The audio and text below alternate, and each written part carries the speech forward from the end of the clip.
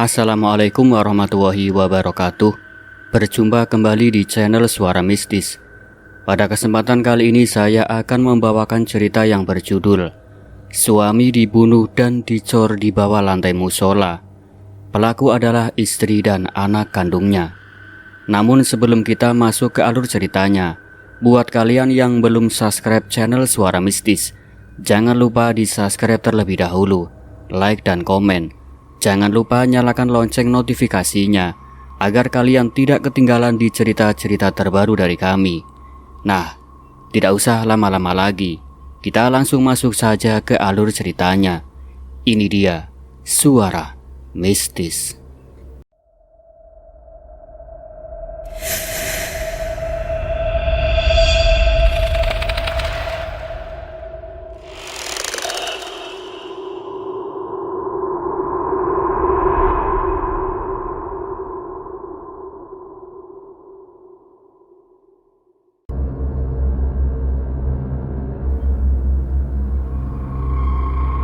Langit di atas Sumber Salak, Jember, Jawa Timur.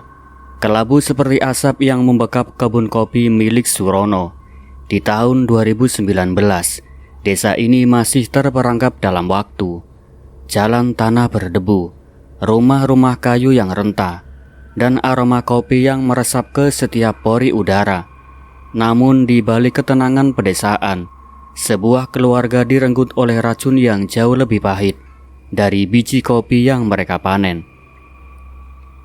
Rumah Surono, bangunan sederhana dengan atap genting dengan musola kecil di sudut halaman, adalah panggung bagi pertunjukan kegelapan manusia yang tak terucapkan. Surono, pria berusia 50 tahun, dengan wajah keras seperti kayu jati yang dipahat kasar, berdiri di beranda rumahnya. Matanya kecil dan tajam, menatap ladang kopi yang membentang di depan rumahnya. Itu adalah warisan ayahnya, tanah yang telah menyelamatkan keluarganya dari kemiskinan, tapi juga mengutuk mereka dengan keserakahan. Tangan Surono kasar oleh kerja keras, mencengkeram sebatang rokok kretek yang asapnya menari di udara senja. Dia tidak mendengar langkah Busani, istrinya, yang mendekat dari dalam rumah. Tapi dia bisa merasakan kemarahan yang memancar darinya, seperti panas dari bara yang disembunyikan. Surono! Suara Busani pecah, setengah berbisik setengah menahan isak. Kapan kau akan lunasi utang itu? Bang sudah datang lagi dari siang. Mereka bilang rumah ini bisa disita, Surono. Surono menoleh perlahan, matanya menyipit penuh penghinaan.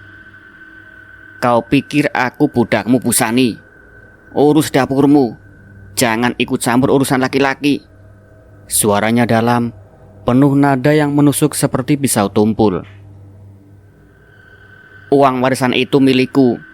Aku yang kerja sampai tulangku retak untuk tanah ini. Busani, wanita berusia 40 tahun dengan wajah yang dulunya cantik namun kini layu oleh tahun-tahun penuh ketakutan, menggenggam celemeknya erat-erat. Rambutnya yang diikat asal mulai lepas, seolah mencerminkan kekacauan batinnya. Warisan itu milikku, Surono. Milik Bahar. Kau tak punya hak menyimpan semuanya untuk dirimu sendiri. Bajingan kau, Surono. Kata-kata kasar itu keluar dari mulutnya, didorong oleh keputusasaan yang sudah bertahun-tahun terpendam. Dari sudut ruang tamu yang gelap, Bahar, anak mereka yang berusia 19 tahun, mengintip melalui celah pintu. Matanya dingin dan tak berkedip, seperti mata ular yang mengintai mangsanya. Dia tidak bergerak, tidak bersuara, tapi jantungan hatinya berdetak dengan ritme yang aneh, campuran kebencian dan kegembiraan yang mengerikan. Bahar sudah terbiasa dengan pertengkaran ini, dengan teriakan ayahnya yang mengguncang dinding, dan dengan tangis ibunya yang berusaha disembunyikan.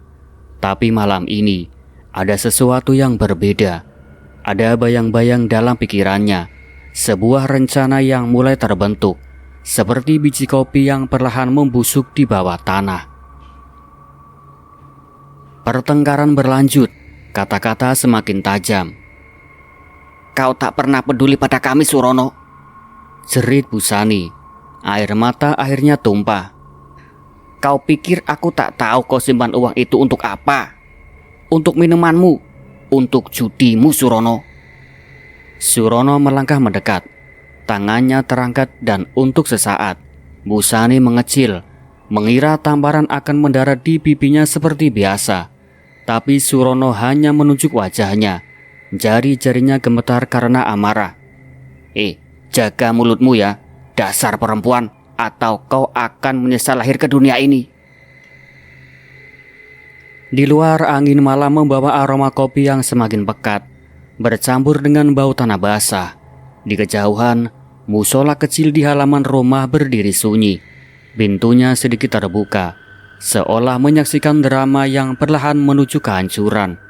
Bahar yang masih mengintip, mengepalkan tangannya. Di dalam dadanya ada sesuatu yang pecah.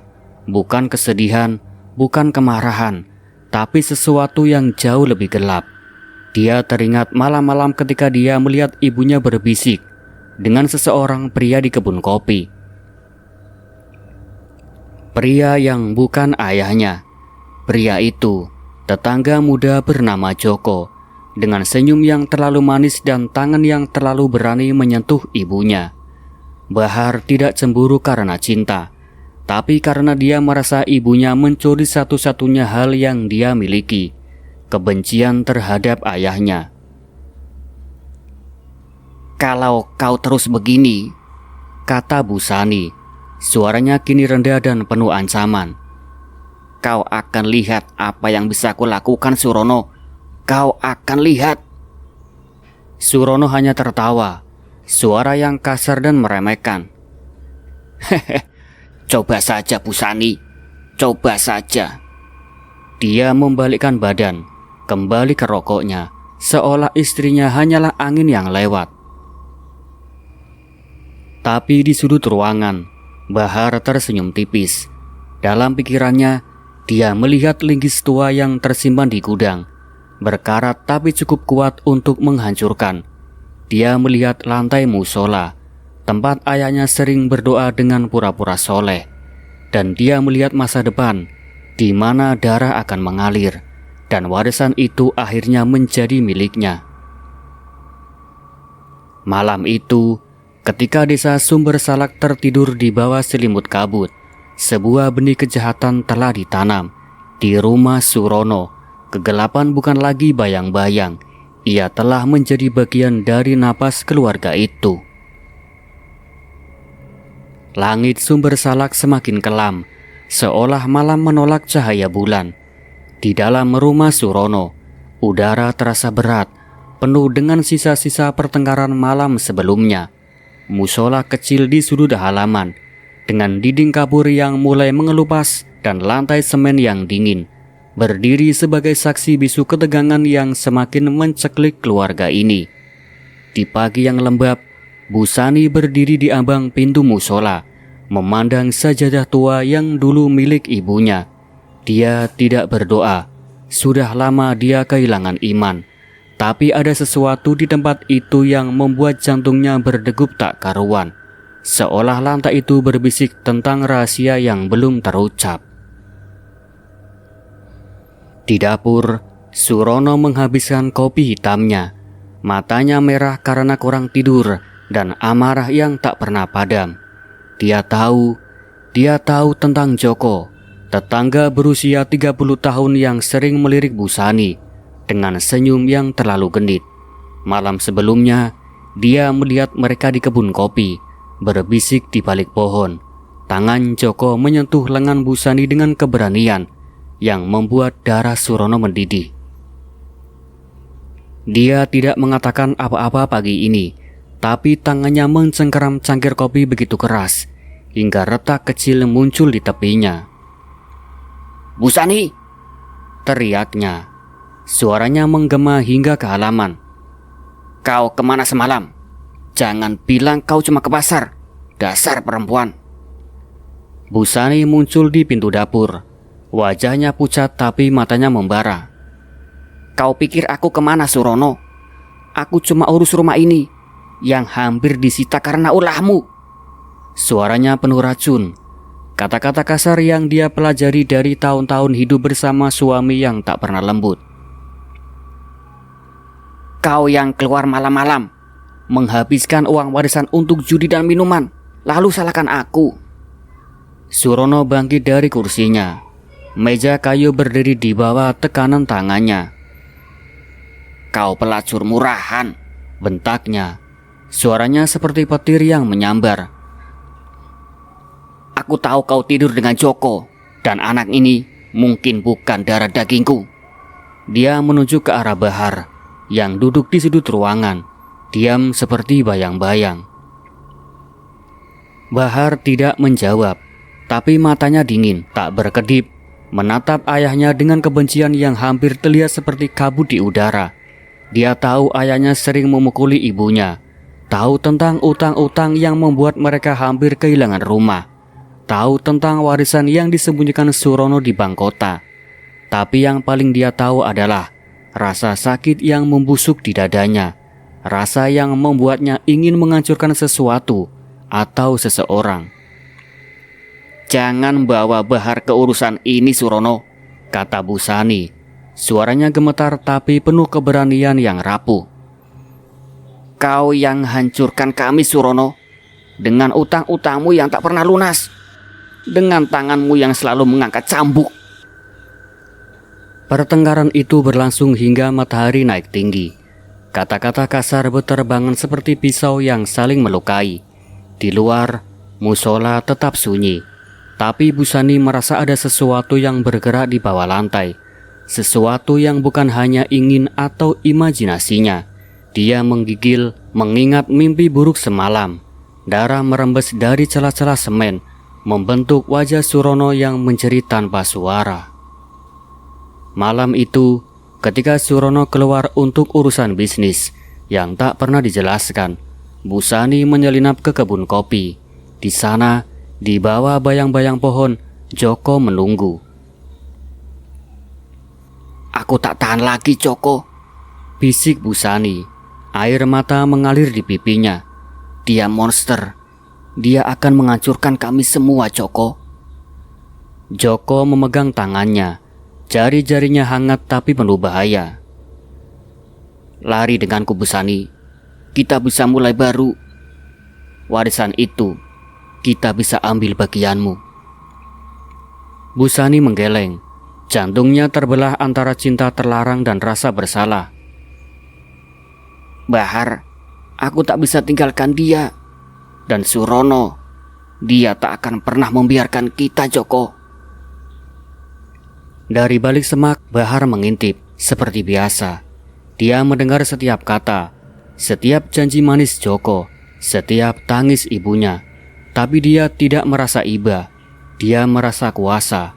Di pikirannya, linggis tua di gudang itu mulai berbisik, memanggilnya untuk mengakhiri semua ini.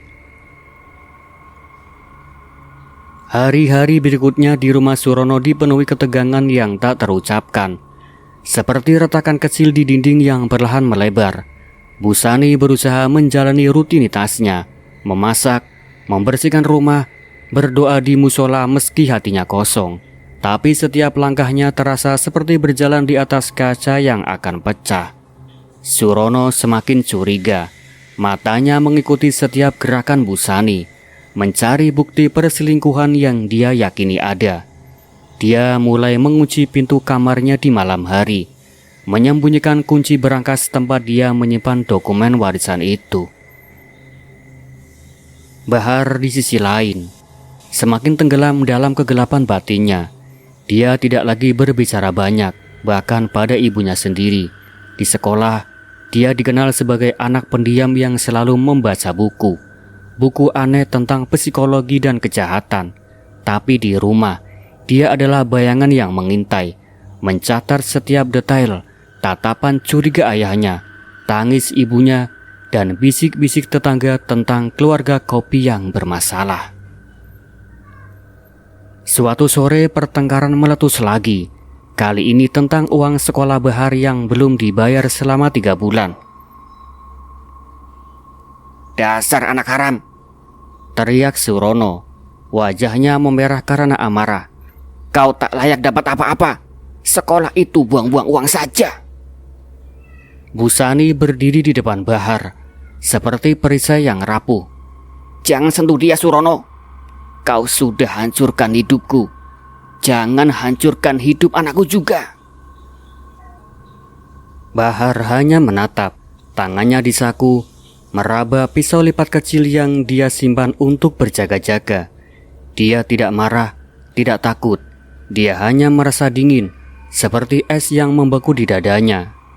"Ayah," katanya pelan, suaranya hampir tak terdengar. "Suatu hari kau akan menyesal." Surono tertawa, suara yang kasar dan meremehkan. "Anak setan, kau pikir kau bisa mengancamku?" Malam itu, Busani bermimpi lagi. Kali ini dia melihat dirinya berdiri di musola. Tangannya berlumur darah, dan lantai di bawahnya bergetar, seolah ada sesuatu yang hidup di bawahnya. Dia terbangun dengan jeritan kecil. Keringat membasahi wajahnya. Di luar, angin bertiup kencang, dan pintu musola berderit, seolah mengundangnya untuk masuk. Bahar yang tidak tidur duduk di beranda menatap kebun kopi. Di pikirannya, dia melihat rencana yang semakin jelas. Linggis malam gelap dan lantai musola yang akan menjadi kubur. Dia tersenyum, tapi senyumnya tidak mencapai matanya. Konflik keluarga mencapai titik kritis. Surono yang semakin paranoid mulai mengikuti Busani ke pasar, mencatat waktu dia pulang, bahkan memeriksa pakaiannya untuk mencari bau pria lain. Busani yang merasa seperti tikus dalam perangkap, semakin sering bertemu Joko di kebun kopi, meski setiap pertemuan membuatnya semakin takut ketahuan. "Joko, ini terlalu berbahaya," katanya suatu malam, suaranya penuh keputusasaan. "Jika Surono tahu, dia akan membunuhku, Joko." "Biarkan aku yang urus dia," kata Joko, matanya menyala dengan ambisi. "Kau pantas bebas, Busani. Kau pantas dapatkan warisan itu." Di rumah, Bahar mulai berbicara dengan ibunya, tapi bukan sebagai anak yang mencari kasih sayang, melainkan sebagai sekutu dalam kegelapan. "Ibu," katanya suatu malam, ketika Surono sedang pergi, "kita bunuh saja Surono, biar warisan itu menjadi milik kita." Busani menatap anaknya, kaget tapi juga tergoda. "Bahar, apa yang kau bicarakan? Dia ayahmu, Bahar." "Dia bukan ayahku, Bu. Dia monster, dan kau tahu itu. Dia pantas mati setelah apa yang dia lakukan padamu, pada kita, Bu." Jawab Bahar, suaranya datar tapi penuh kebencian. Busani menangis, tapi di dalam hatinya ada sesuatu yang setuju. Perselingkuhannya dengan Joko, utang yang mencekik, dan warisan yang dirampas Surono, semuanya mendorongnya ke tepi jurang. "Tapi bagaimana, Bahar?" tanyanya, suaranya hampir tak terdengar. Kita bukan pembunuh." Bahar tersenyum, senyum yang membuat bulu kuduk Busani berdiri. "Kita tidak perlu jadi pembunuh. Kita cuma perlu membersihkan sampah, Ibu." Malam itu, Bahar mengambil linggis dari gudang, membersihkan karetnya dengan kain tua. Dia berjalan ke musola, berdiri di tengah lantai semen, dan membayangkan darah mengalir di bawah kakinya.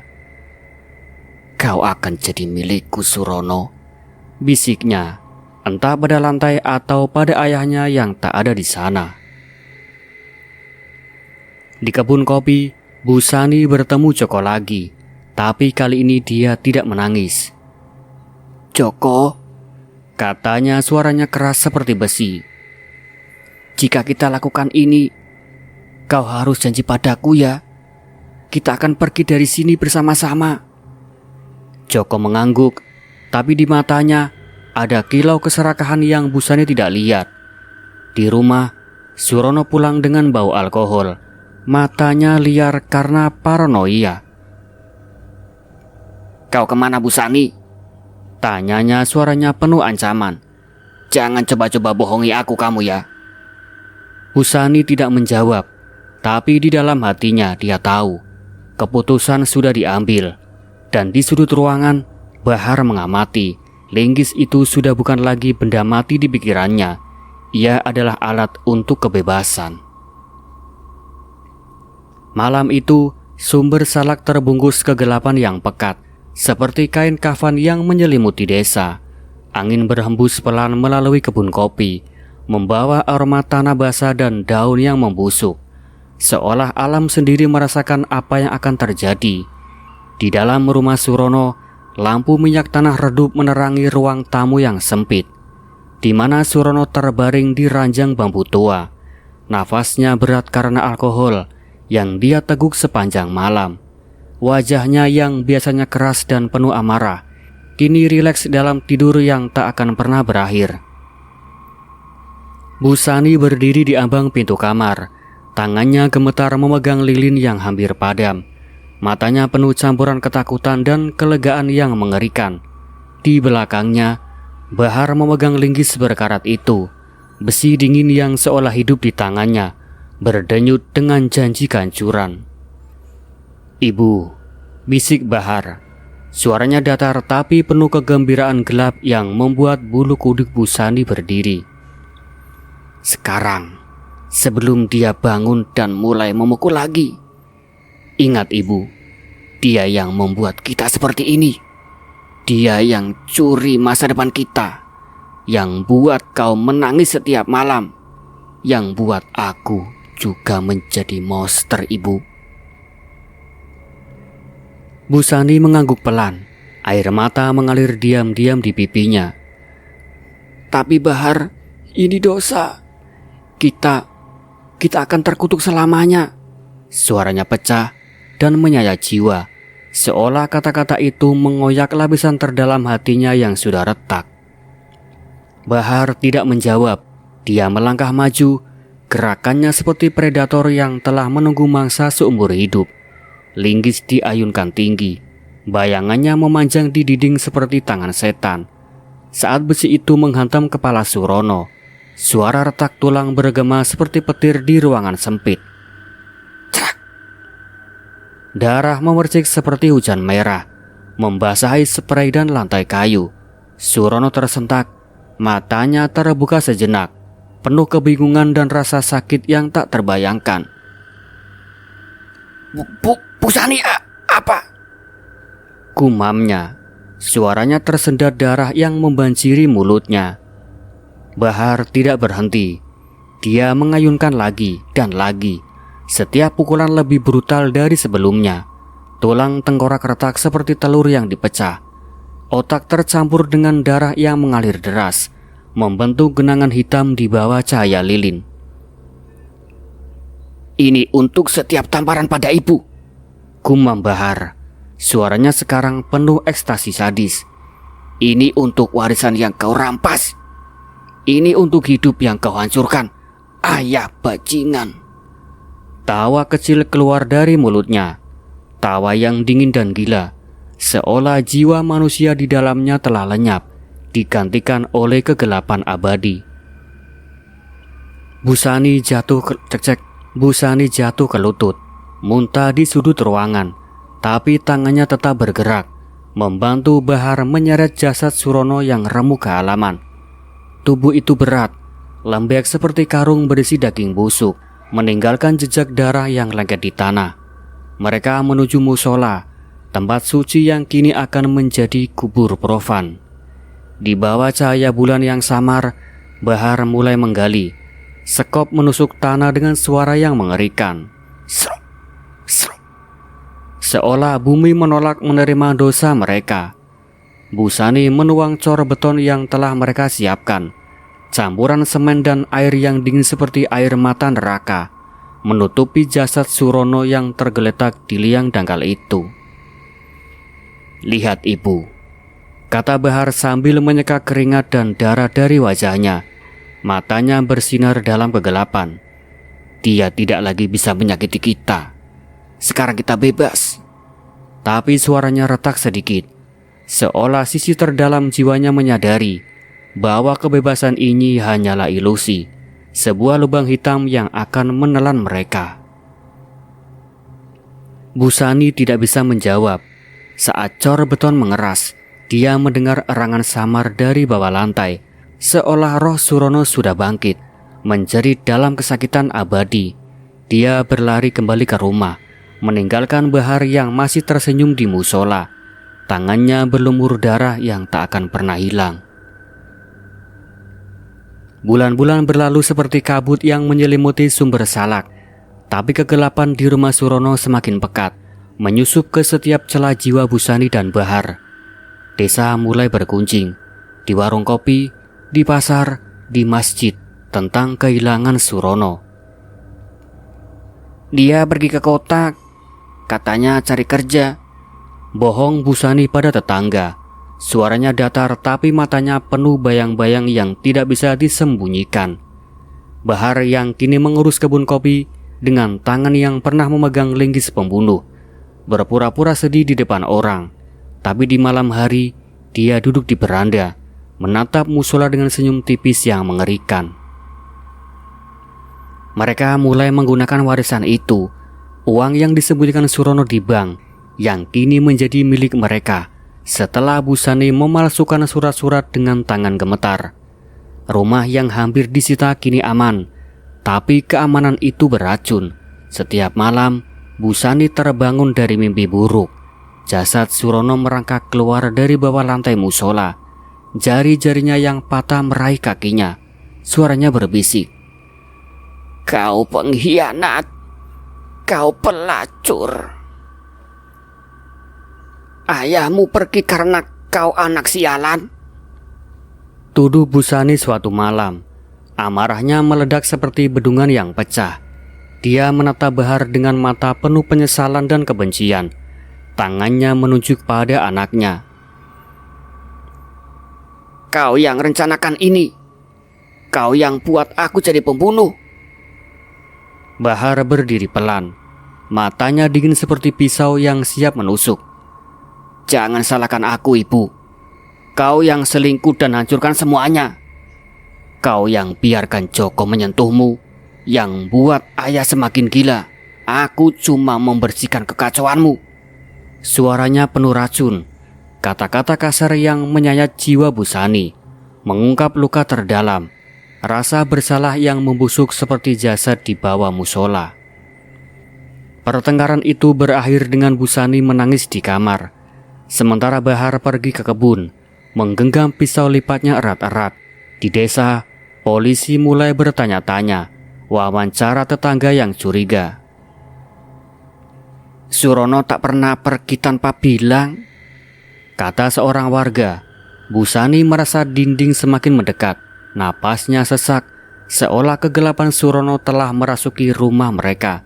Dan di musola, saat dia berusaha berdoa, angin berhembus melalui celah, membawa bau samar yang busuk, bau kematian yang tidak bisa disembunyikan selamanya. Ketegangan di rumah itu kini seperti tali yang ditarik hingga hampir putus.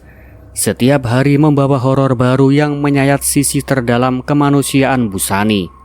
Musola yang dulu tempat tenang kini menjadi sumber mimpi buruk. Malam demi malam, Busani mendengar suara aneh dari bawah lantai. Jeritan samar seperti erangan Surono, seolah rohnya haus darah dan balas dendam. Itu dia," bisik Busani pada Bahar suatu pagi. Wajahnya pucat seperti mayat. Tangannya gemetar memegang secangkir kopi yang tumpah. "Aku dengar dia menjerit malam tadi. Busani, kenapa kau lakukan ini padaku?" Bahar tertawa kecil, tawa yang brutal dan sadis. Matanya bersinar dengan kegilaan psikopat yang semakin mendalam. "Itu hanya angin, Ibu. Atau mungkin rohnya haus darah kita. Dia mendekat. Tangannya menyentuh bau ibunya dengan kelembutan palsu, tapi jari-jarinya seperti cakar yang siap mencabik. Jangan takut, kita yang menang. Warisan itu milik kita sekarang.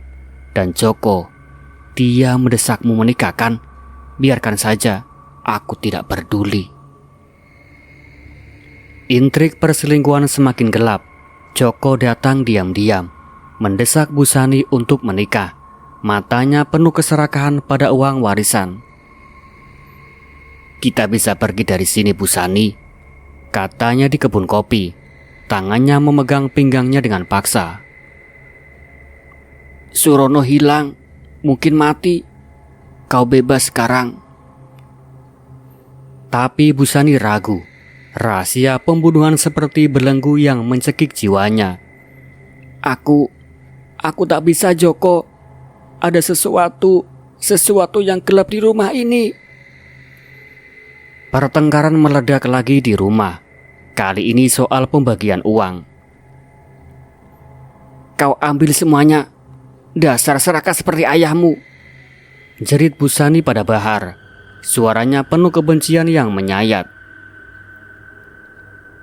Aku yang menderita bertahun-tahun. Dan kau cuma anak gila yang haus darah, Bahar. Bahar balas dengan senyum dingin. Suaranya seperti pisau yang menusuk perlahan. Serakah? Kau yang pelacur, Ibu. Tidur dengan Joko, sementara ayah masih hidup. Aku cuma lakukan apa yang kau tak berani. Bunuh monster itu. Dia mendekat. Napasnya panas di wajah Busani. Jika kau tak suka, mungkin aku cor kau juga di bawah musola. Biar kau dengar bisikannya selamanya. Busani mundur. Jantungnya berdegup kencang. Menyadari bahwa kegelapan terdalam bukan dari Surono, tapi dari anak kandungnya sendiri, yang kini telah menjadi monster yang tak bisa dikendalikan. Di luar, musola tetap sunyi, tapi bisikan dari bawah tanah semakin keras, seolah Surono tertawa dari kuburnya, menunggu saat balas dendamnya tiba. Ketegangan di sumber salak kini seperti kabut tebal yang menyelimuti segalanya, menyembunyikan tapi juga mengungkap jejak-jejak gelap yang tak bisa dihapus. Polisi mulai menyusuri desa, bertanya dari rumah ke rumah. Mata mereka tajam seperti pisau yang mengiris lapisan tipis kebohongan Busani dan Bahar. Di rumah yang kini terasa seperti penjara berhantu, Busani semakin rapuh. Jiwanya terkoyak oleh mimpi buruk yang semakin nyata. Surono berdiri di ambang pintu musola. Kepalanya remuk tapi matanya hidup, menatapnya dengan tubuh bisu. Kau yang lakukan ini, bisik suara itu di kepalanya, seolah kegelapan masa lalu merayap kembali. Flashback menyergap Busani seperti hantaman linggis. Masa kecil Bahar, ketika Surono memukulnya dengan sabuk kulit karena nilai sekolah yang buruk. Kau bukan anakku, kau monster, jerit Surono saat itu. Suaranya penuh kebencian yang sekarang Busani sadari telah menular ke darah Bahar. Bahar kecil menangis, tapi matanya bahkan saat itu sudah dingin, seperti lubang hitam yang menyerap cahaya. Sekarang Bahar dewasa duduk di ruang tamu, memainkan pisau lipatnya dengan jari-jari yang lincah. Mata psikopatnya mengamati ibunya seperti mangsa. Polisi datang lagi hari ini ya, Bu, katanya pelan. Suaranya seperti bisik angin yang membawa kematian. Mereka tanya tentang ayah. Kataku dia pergi ke kota, tapi mereka tidak percaya, Bu. Busani menatap anaknya. Jantungnya berdegup kencang. Bahar, apa kau tinggalkan jejak? Darah itu, aku ingat ada noda di dinding gudang. Suaranya gemetar, menyayat jiwa, mengungkap rasa bersalah yang membusuk seperti luka terbuka. Bahar tersenyum. Senyum yang gelap dan misterius, seolah dia menyembunyikan rahasia yang lebih dalam dari pembunuhan itu sendiri. Jejak ya, Bu? Oh, Ibu, jejak ada di mana-mana, di hati kita, di tanah ini. Tapi jangan khawatir, nanti aku yang urus. Bahar berdiri, berjalan menuju ke gudang, dan Bu Sani mendengar suara gesekan. Mungkin pisau membersihkan sisa darah, atau mungkin Bahar sedang mengasah sesuatu yang baru. Misteri Bahar semakin pekat. Siapa sebenarnya anak itu? Apakah kebenciannya lahir dari Surono, atau ada kegelapan yang lebih tua, warisan dari keluarga yang sudah rusak sejak lama? Di desa, warga mulai bergunjing tentang bau aneh dari rumah Surono, dan polisi menemukan sehelai kain berlumur darah di kebun kopi. Jejak yang tertinggal tapi belum terhubung. Bu Sani merasa dinding rumahnya menutup. Napasnya sesak, sementara Bahar tetap tenang. Psikopatnya seperti topeng yang tak pernah retak. Mereka tak akan temukan apa-apa, Bu, bisiknya malam itu. Tangannya menyentuh bahu Bu Sani dengan dingin. Kecuali kau yang bocorkan. Horor di rumah itu kini begitu nyata. Bukan lagi mimpi. Retak kecil muncul di lantai musola, seperti urat darah yang merembes dari bawah tanah. Bu Sani melihatnya pertama kali saat subuh. Cahaya matahari menyusup melalui jendela, menerangi garis tipis yang membelah cor beton. Bau busuk samar mulai tercium, seperti daging membusuk yang dicampur tanah basah, membuat perutnya mual dan jiwanya terguncang. "Bahar, lihat ini, Nak," katanya. Suaranya pecah seperti retakan itu sendiri. Dia mau keluar. Surono mau balas dendam, Nak." Bahar berlutut di lantai musola. Jarinya menyusuri retak itu dengan kelembutan yang mengerikan, seolah menyentuh luka lama. Matanya penuh kegilaan psikopat yang semakin mendalam, bersinar dengan kegembiraan gelap. "Biarkan dia membusuk, Bu. Itu balas dendam kita. Melihatnya hancur perlahan, seperti yang dia lakukan pada kita, Bu." Suaranya dingin, tapi ada nada misterius di dalamnya, seolah Bahar menyembunyikan sesuatu. Mungkin dia sengaja membuat retak itu, atau mungkin ada rahasia lain di bawah lantai, sesuatu yang lebih mengerikan dari jasad Surono. Intrik perselingkuhan semakin gelap. Joko datang malam itu. Wajahnya penuh kecurigaan. "Bu Sani, ada apa dengan musola? Kau tak pernah pergi ke sana lagi." "Dan Bahar, dia aneh, seperti orang gila." Bu Sani menariknya ke kebun. Suaranya penuh keputusasaan. "Jangan tanya, Joko. Kita harus pergi dari sini sebelum semuanya terungkap." Tapi Joko mundur. Matanya menyipit. "Apa kau sembunyikan Surono di sana? Aku dengar gunjingan desa. Dia tidak hilang. Dia mati." Pertengkaran brutal meledak di rumah. Bu Sani menjerit pada Bahar. "Ini salahmu. Retak itu, bau itu. Polisi akan datang, Bahar." Bahar balas dengan tawa sadis. Tangannya mencengkeram lengan ibunya hingga gemetar. "Salahku. Kau yang lemah, Ibu. Kau yang selingkuh. Kau yang buat ayah menjadi gila. Aku cuma akhiri apa yang kau mulai saja, Ibu." Dialog itu menyayat jiwa, mengungkap sisi terdalam Bahar. Psikopat yang tak lagi manusia, tapi monster yang lahir dari kegelapan keluarga. Misteri semakin pekat. Apakah Bahar punya rencana lain? Apakah dia akan bunuh Joko juga untuk menutup mulut? Malam itu, Bu Sani hampir gila. Dialog internalnya berputar. "Apa yang kita lakukan? Ini neraka yang kita ciptakan. Dan Bahar, dia menikmati semua ini." Dia mendengar bisikan dari retak beton. "Bu Sani, datanglah. Lihat apa yang kau tanam." Kegelapan menyusup ke jiwa. Retak bukan hanya di lantai, tapi di hati mereka, semakin lebar dan semakin gelap. Ketegangan mencapai puncak, seperti badai yang menggantung di atas sumber salak, siap meledak kapan saja. Polisi datang lagi, kali ini dengan surat perintah. Bayang mereka seperti hantu yang mengejar rahasia gelap rumah itu. "Nyonya Busani, kami perlu periksa rumah Anda," kata inspektur. Matanya tajam mengamati setiap detail. Noda aneh di dinding, bau samar dari musola. Busani berdiri gemetar, suaranya berbohong. "Surono pergi ke kota, Pak. Dia tinggalkan kami." Tapi kata-katanya retak, seperti beton yang ada di musola.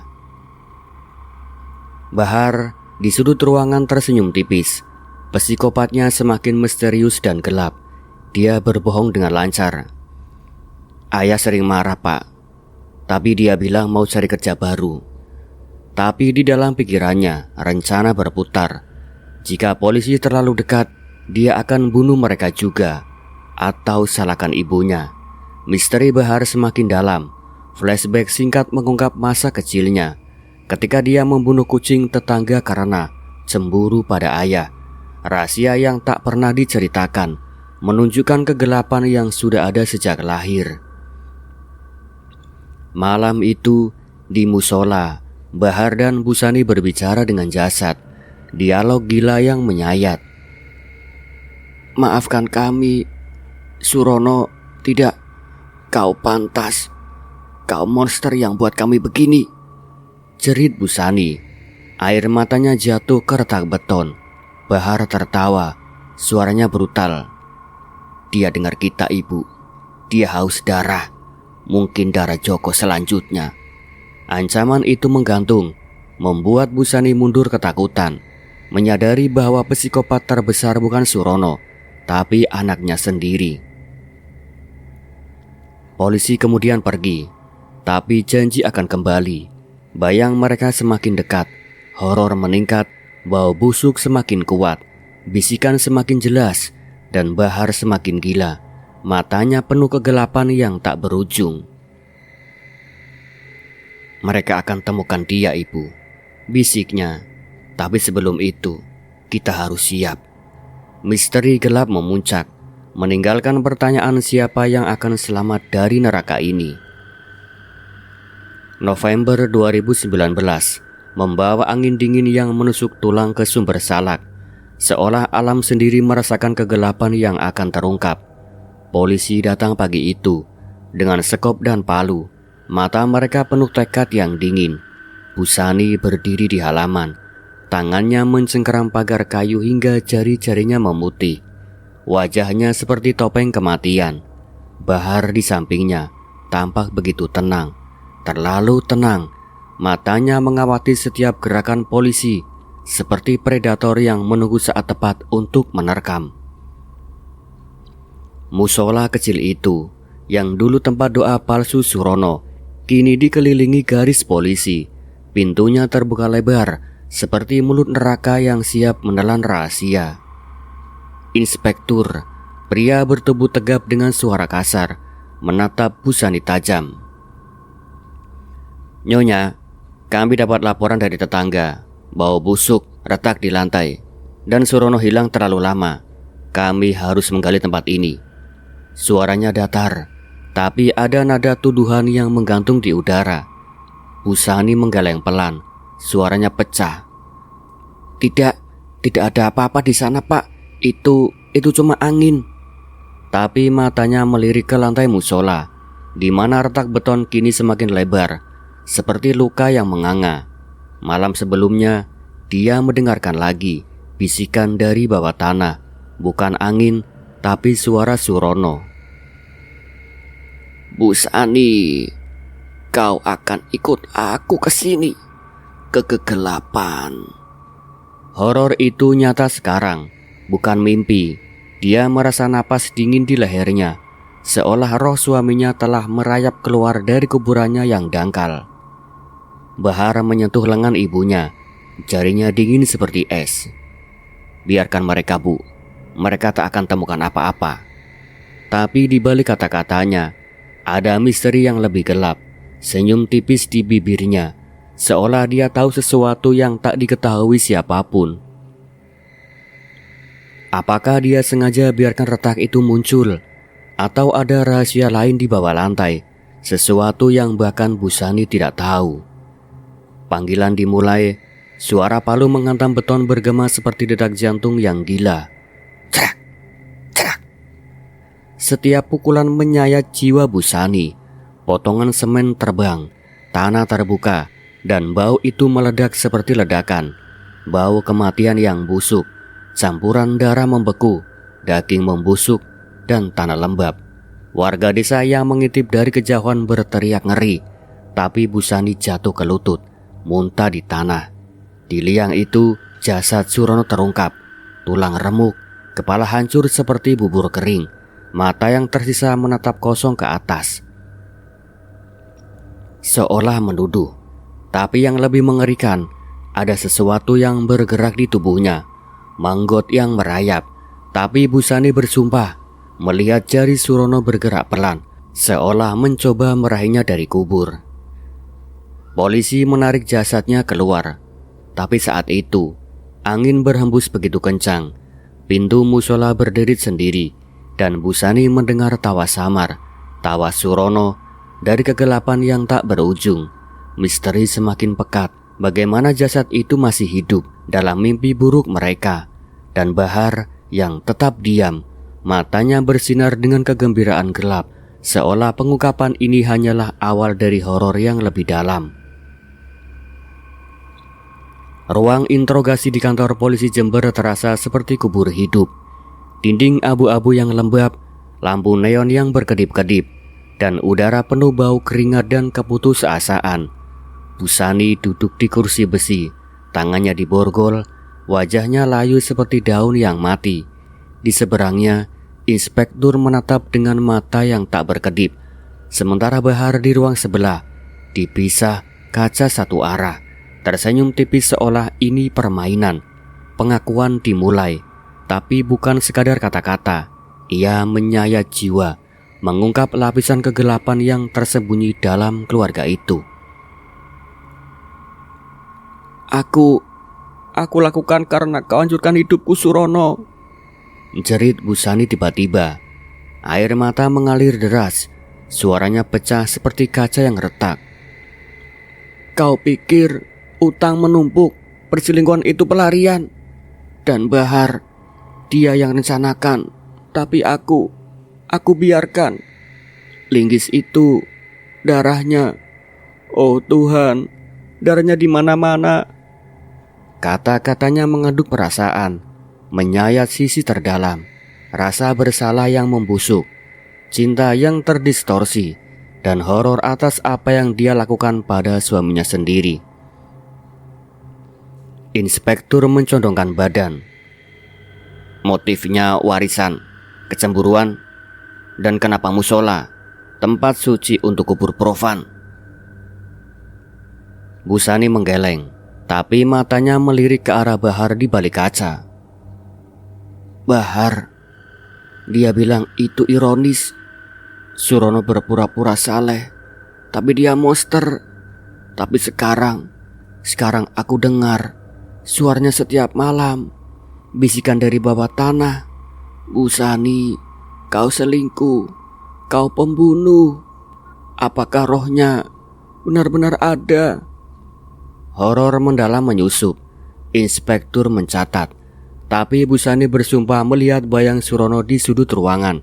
Matanya remuk menatapnya, mulutnya bergerak tanpa suara. Pengkhianat.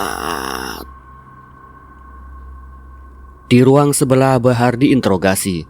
Suaranya dingin tanpa penyesalan. Itu balas dendam dan aku yang menyesal. Dia mengakui pukulan linggis, penguburan dan cor beton. Ayah pantas mati. Dia pukul kami, rampas warisan kami. Ibu selingkuh karena dia. Dan aku lindungi dia, Pak. Tapi ada misteri di matanya. Dia tak ceritakan semuanya. Flashback menyergap pikirannya. Masa kecil, ketika dia bunuh hewan peliharaan karena cemburu. Rahasia yang tak pernah diungkap. Apakah pembunuhan Surono bukan yang pertama? Inspektur curiga. Tapi Bahar tersenyum. Kau tak akan pernah tahu semuanya. Pengakuan berakhir dengan Busani menangis histeris, sementara Bahar tetap tenang. Tapi saat lampu mati sejenak karena badai di luar, Busani melihatnya lagi. Hantu Surono berdiri di balik inspektur, tangannya meraih ke arahnya. Misteri semakin gelap. Apakah horor ini nyata atau kegilaan yang lahir dari dosa mereka? Di sel penjara sementara, kegelapan semakin menyelimuti jiwa Busani dan Bahar. Tapi bukan akhir, hanya awal dari dendam yang tak berujung. Busani terbaring di ranjang besi yang dingin. Mata terbuka lebar, mendengar bisikan yang semakin jelas. Busani, Bahar, kalian akan membayar semua ini. Horor mendalam, bukan mimpi, tapi suara nyata dari dinding. Seolah Surono telah menyusup ke batu-batu penjara. Dibangun dengan jeritan, tapi sipir hanya menggeleng. Itu imajinasi, Nyonya. Tapi Busani tahu, roh itu nyata, haus balas dendam. Bahar di sel sebelah, mendengar jeritan ibunya tapi tak peduli. Psikopatnya semakin gelap. Di pikirannya, rencana baru terbentuk. Ibu, kau pengkhianat, gumamnya sendirian. Tangannya menggenggam borgol seperti senjata. Tuis sadis muncul. Bahar mulai curiga ibunya akan membocorkan rahasia lebih dalam. Rahasia bahwa Bahar pernah bunuh sebelumnya. Mungkin saudara yang hilang di masa kecil. Misteri yang tak pernah terungkap. Jika kau bicara, Ibu, aku akan akhiri kau juga. Dari sini, dari neraka ini. Malam itu, Busani bermimpi. Surono merangkak dari bawah lantai musola. Tubuhnya busuk tapi hidup, meraih kakinya. Tapi saat dia bangun, dia melihat bayang di sel Bahar. Bukan hantu, tapi Bahar sendiri, menatap melalui jeruji dengan mata penuh kebencian. Kau selanjutnya, Ibu, bisiknya. Suaranya seperti angin dingin. Horor semakin mendalam. Apakah Bahar yang ciptakan bisikan itu? Atau ada kekuatan gelap yang lebih tua, warisan keluarga yang mengutuk mereka? Dendam tak berakhir. Di desa, musola ditinggalkan, tapi warga mendengar jeritan malam hari. Busani dan Bahar ditangkap, tapi gelagapan tetap. Misteri apakah Surono benar-benar mati, atau rohnya akan balas dendam selamanya, menyayat jiwa mereka dari dalam. Ruang sidang di Pengadilan Negeri Jember terasa seperti neraka yang dingin. Dinding batu lembab menyerap setiap jeritan dan bisikan. Sementara cahaya neon pucat menerangi wajah-wajah yang rusak. Busani duduk di kursi terdakwa. Borgolnya menggigit pergelangan tangannya seperti gigi setan. Matanya cekung dan penuh bayang-bayang yang tak pernah hilang. Di sebelahnya, Bahar masih dengan senyum tipis yang misterius, menatap hakim seperti sedang mempelajari mangsa yang baru. Sidang telah berlangsung berminggu-minggu. Saksi-saksi menceritakan horor desa, bau busuk dari musola, darah yang tak pernah hilang dari mimpi mereka. Tapi hari ini, vonis akan jatuh. Hukuman abadi yang seharusnya mengakhiri semuanya, tapi justru membuka pintu kegelapan baru. Hakim, pria tua dengan suara gemetar, membaca vonis. Berdasarkan bukti dan pengakuan, terdakwa Busani divonis 10 tahun penjara atas pembunuhan berencana, dan terdakwa Bahar 20 tahun. Dengan pertimbangan sifat psikopat dan kekejaman yang tak manusiawi. Ruangan hening sejenak, lalu meledak dengan gumaman warga desa yang hadir. Busani menangis, air matanya jatuh ke meja kayu. Ini akhirnya. Tapi Surono, dia masih ada di sini, di kepalaku. Bahar tertawa kecil. Suara yang mencekam dan sadis membuat bulu kuduk semua orang berdiri. Akhir. Oh, Ibu, ini baru permulaan. Dia menoleh ke ibunya. Matanya hitam seperti lubang tanpa dasar. Pertengkaran terakhir meledak di ruang sidang, penuh kata kasar yang menusuk jiwa. Kau bajingan kecil, Bahar. Kau yang buat kami jadi begini. Monster yang kau ciptakan dari darahku sendiri, jerit Busani. Suaranya pecah penuh penyesalan yang menyayat. Bahar balas dengan dingin. Suaranya seperti pisau yang perlahan menusuk. Darahmu? Oh ibu, kau tak tahu apa-apa. Ayah pernah bilang aku bukan darahnya. Dan kau selingkuh dengan Joko sebelum aku lahir. Siapa ayahku sebenarnya?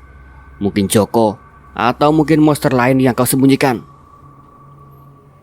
Tuis mencekam terungkap. Selama sidang, bukti baru bermunculan.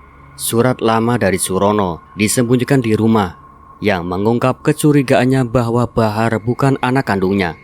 Busani memucat. Tidak mungkin. Kau bohong. Tapi Bahar tersenyum lebih lebar. Misteri gelapnya semakin pekat. Atau mungkin aku tahu lebih banyak. Mungkin aku yang bunuh Joko juga. Kemarin malam di sel aku bermimpi. Atau bukan mimpi. Horor mendalam. Polisi tiba-tiba bergerak. Karena pagi itu Joko ditemukan tewas di rumahnya. Kepala remuk seperti Surono. Tapi Bahar ada di penjara. Bagaimana? Sidang kacau, tapi vonis tetap. Hukuman abadi, tapi dengan twist mengerikan. Kegelapan Bahar tak berkurang oleh dinding penjara. Saat mereka dibawa pergi, Busani mendengar bisikan di telinganya. Aku masih di sini. Busani melalui dia. Roma di sumber salak kini ditinggalkan, seperti mayat yang membusuk di bawah matahari Jember. Kebun kopi liar tumbuh, menyelimuti dinding kayu yang retak. Sementara musola kecil itu berdiri sunyi di halaman. Pintunya berdiri ditiup angin, seolah memanggil roh-roh yang tak tenang. Warga desa menghindarinya, berguncing tentang jeritan malam hari, bau busuk yang tak pernah hilang, dan bayang-bayang yang bergerak di balik jendela.